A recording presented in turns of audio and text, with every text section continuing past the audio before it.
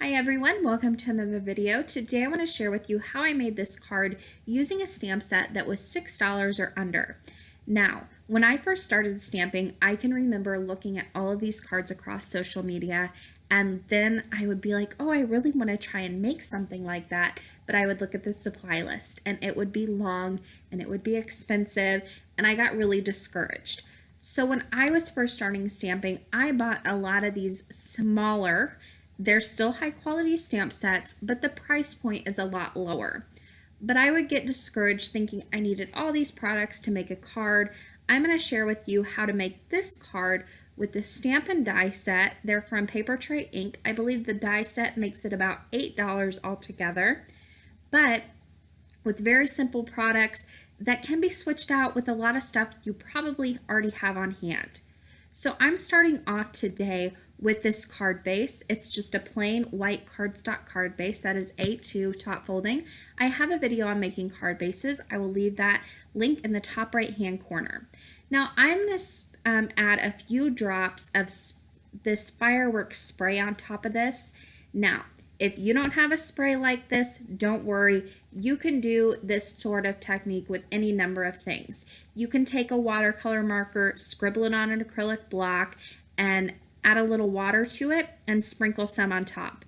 You can take an ink pad, put a little bit of that on an acrylic block, add some water, and sprinkle it on with a paintbrush. You can take acrylic paint.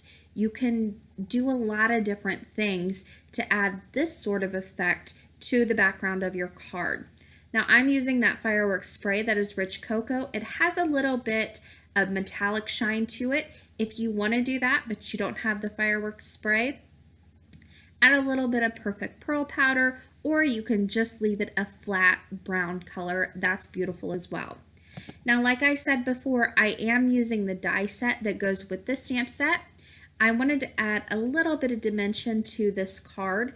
If you don't have the die set or you don't want to purchase the die set, it's only about $3, so it's not anything expensive, but if you still don't want to, you can make this card. It'll just be completely flat instead of having that extra dimension. So I did some die cutting. I cut out the base of the tree and also several leaves. Now I have trouble lining these up with the die cuts, and these cheaper die sets are completely filled in. There is no space opening so you can line up the stamp. So what I like to do is take the portion that I die cut, the piece of paper that I die cut, line my stamp up in the opening using my MISTI, put in my die cut piece of cardstock there, and now I'm going to stamp it down, and I know it'll line up perfectly. You can line this up with any sort of stamp positioner, or you can just eyeball it if you have better aim than me. All you need is an acrylic block, and then just look straight through. Because these are clear stamp sets, it's very simple and easy to do. Now I'm stamping this with some rich cocoa Memento ink. Any brown dye ink will do. I'm stamping that down straight onto my die cut piece there, and now that is ready to go on my card. I didn't line it up perfectly, but that's okay. That's the whole point of handmade cards. They're not going to be perfect. Now this ink does look a little splotchy at first, but you can see I stamped one of these beforehand, and it does even out very nicely. These little dewdrop ink pads are only about $1.50 if you find them on sale, $2 a piece. For the leaves, I'm going to be stamping them in a couple of different colors using those Memento Dew Drops as well. Look at that stamp set. This is from Paper Tray Inc. This is the Polka Dot Parade number 6, and it's got everything you need in it to make a card. It's got the images, it's got the sentiments. You're good to go. For the leaves, I'm going to be stamping these in Potter's Clay, Bamboo Leaves, and Rhubarb Stock Memento inks. Basically, it's an orange, a green, and a red. So if you have those dye inks, you can stamp this too. Now in this set, there are two different kinds of leaves. There are polka dot, and then there are also a solid with a little bit of a line around it, and maybe there's even solids. I think there are a few just plain solid leaves. So a lot of different options here. I will be using, because I'm using polka dot on the sentiment, I'm going to use the solid with the line around it. Now I'm going to stamp a few of these leaves out first with just the plain stamp onto the cardstock. I've placed my little base of my tree as a placeholder so I can stamp around, get a good idea of where I want those. Now I'm also going to add some dimension with the die cut leaves. Now, if you don't want to buy the die set, all you have to do is stamp out all of the leaves straight onto the card base and fill it in. You just won't have that extra dimension that I'm adding here. Now to line these up, I just look straight through and stamp onto the die cuts. It's pretty simple. If you get a little off, that's okay. Because this is making up a larger image, it's not going to be that noticeable.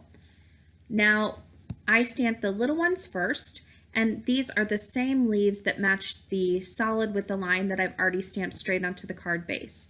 I'm using a mixture of the inks, a few reds, a few greens, a few oranges, just here and there, getting a nice mixture of the leaves. I'll worry about placement later on. I just want to get the color on the leaves. Now I'm moving on to the larger set of leaves. Again, I'm looking straight through and lining these up and just stamping them down onto the die cut pieces that I die cut from white cardstock earlier. Now to die cut, you do need some sort of die cutting machine. I have a Big Kick. It's the same thing as a Big Shot. It's just the Big Shot, I believe, is sold at online retailers, smaller retailers, and then the Big Kick is more of like the big box stores. So I bought mine at, I believe, it was years ago, probably close to 9 years ago at this point, 10 almost, I believe.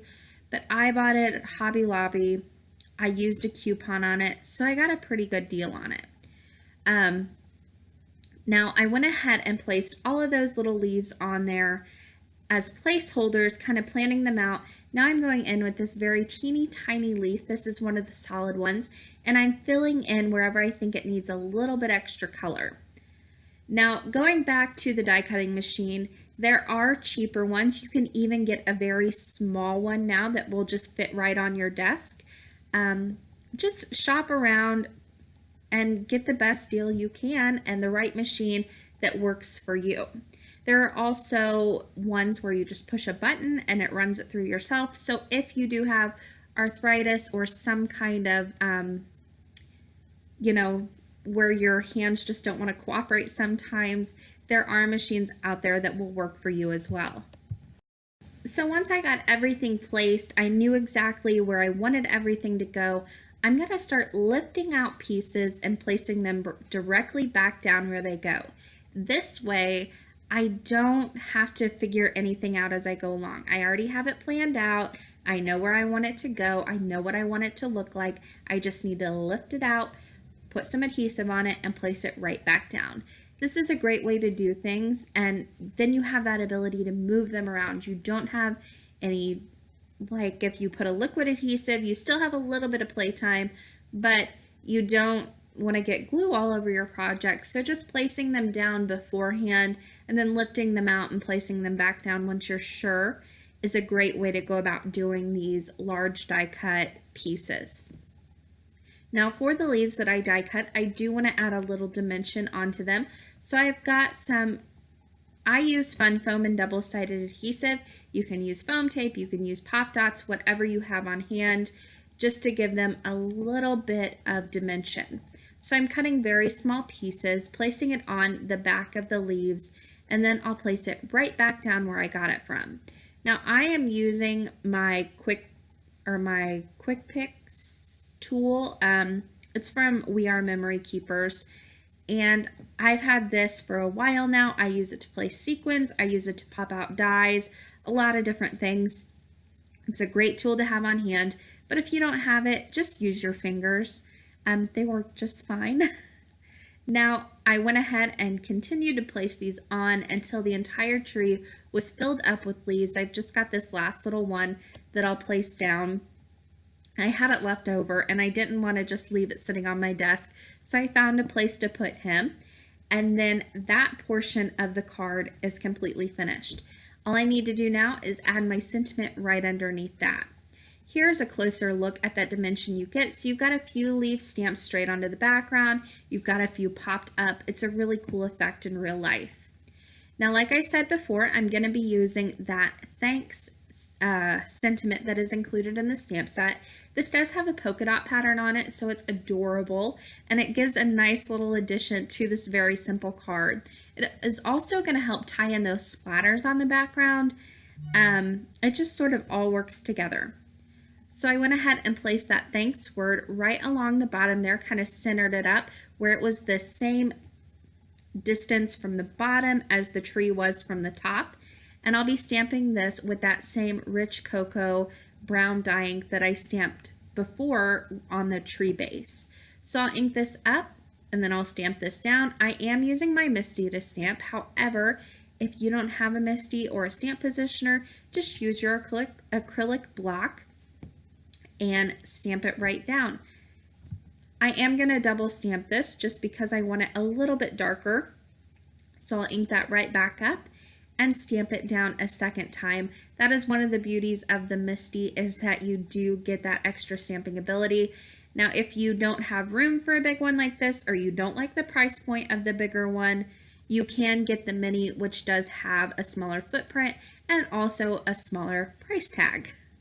Now, on the inside of this card, before I put anything on, I'm going to stamp the thanks is on the front. So on the inside, I put so very much. And then I'm going to add a few of those polka dot leaves that are in the stamp set and just kind of fill in the area around that sentiment on the inside.